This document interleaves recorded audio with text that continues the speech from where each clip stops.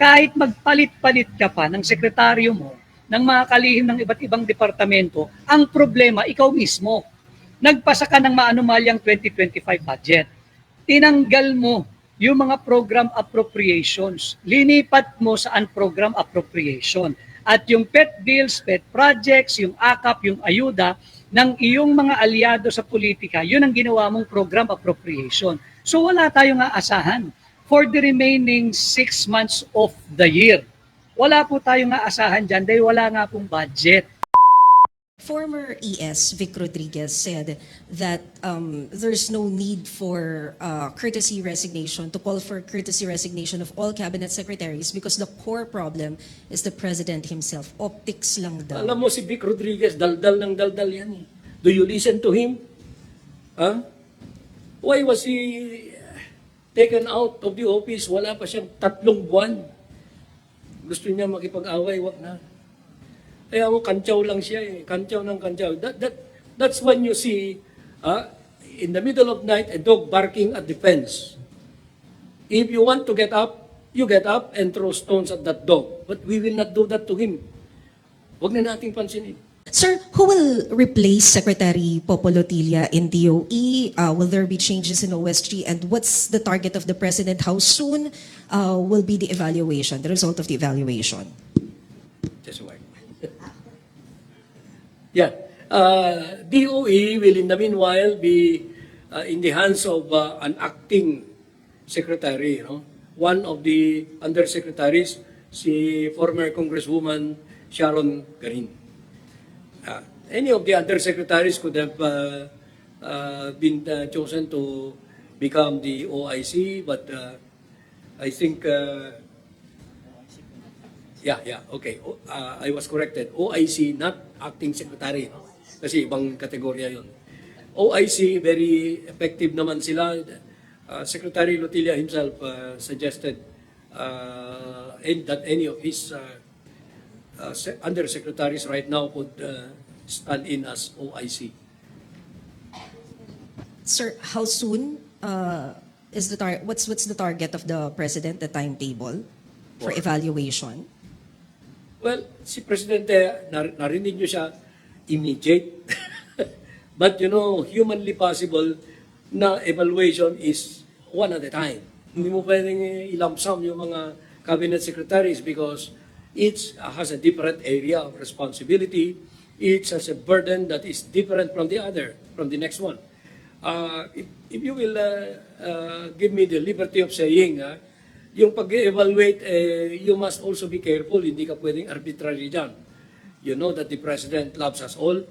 And he joked yesterday during that presentation in the Kalayaan Hall when he was saying, I greet also the members of the cabinet.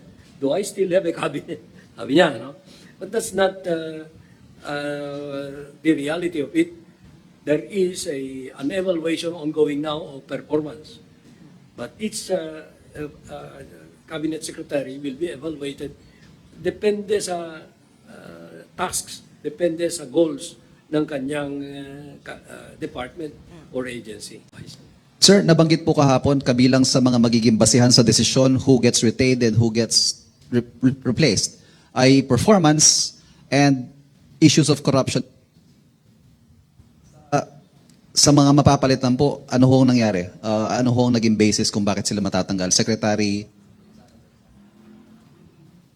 Si Secretary Loizaga, walang issue na corruption dyan. Maybe there is just a perception, I don't know how fair or unfair that perception is, na mas ma-limit siya sa labas ng bansa. Yun ang recurring na pinapadating sa amin. Ngunit wag na natin siyang husgahan. No? Whether inefficiency yan o hindi, that's not up for us to do. But the evaluation showed that it was time to have her rest muna. So nag-underperform na po? Underperform siguro ang tawag diyan. Kasi kung may expectations ang presidente and you do not perform, ang messaging is underperformance is not going to be allowed. Yung kay Secretary Acosar, hindi mo rin masabing corruption yan, wala. Hindi mo rin masabing underperformance, under-delivery. Ah, alam mo, napakataas yung nilagay niyang standard niya when he accepted the job. But you know, he is a very efficient he was very efficient in the private sector, and we expect that the president expected na makapag-deliver siya. Pero I don't know if he set the standard too high for himself dahil 1 million housing a year, housing units. There may have been obstacles in his way which were beyond his control and beyond the control of government. But to us now, because of the results of the election, it's time for the president to take him out there and bring another one who might make a better performance. Ganyan ang tingin ko dun sa kaso ni Secretary Acosar. Wala namang masamang tinapay yan si Secretary Acosar. Mga mareretain naman po, are there new instructions from the President? Because in his message in demanding and calling for the submission of courtesy resignations, there was a sense of urgency. He wanted results and he wanted them fast. Ano ho kaya yung, sabi nyo nga, soldiers kayo, ano ho yung panibagong marching orders ng Pangulo from here on? Pag-usapan muna natin yung mga in-announce ko na maritain, yung economic team. Ano? Ang marching orders ni Presidente dyan is to enhance yung ating economic situation to the eyes of the outside world at saka dito sa Pilipinas, yung actual na economic health natin.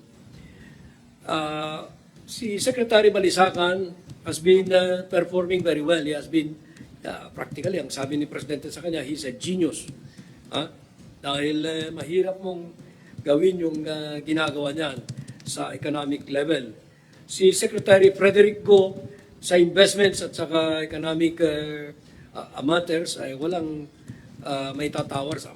Hindi mo matatawaran yung kapasidad niya. Kasi he's a very experienced economist and businessman. Si Secretary Recto, that is the same thing that we have to say. Kasi si Secretary Recto, from day one of his service, he came in midway in the past 3 years. Siya naman kaagad action man yan eh.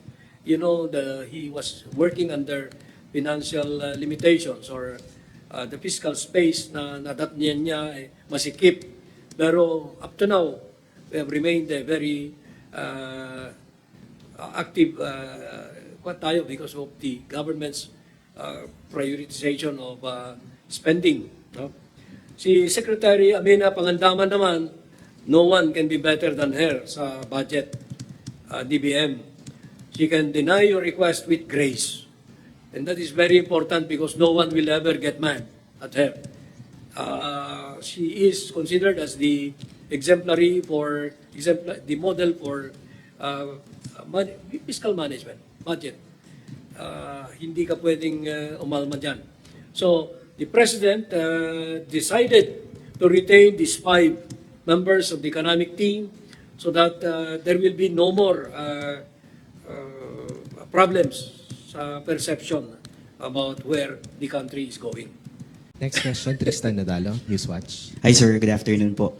Sir, based dito sa initial na results nung evaluation po, no, baka lang may perception yung tao, walang bagong pumalit or parang new breed na dinagdag. Are we expecting the President na may mga idadagdag siya talagang wala doon sa initial na list, sir?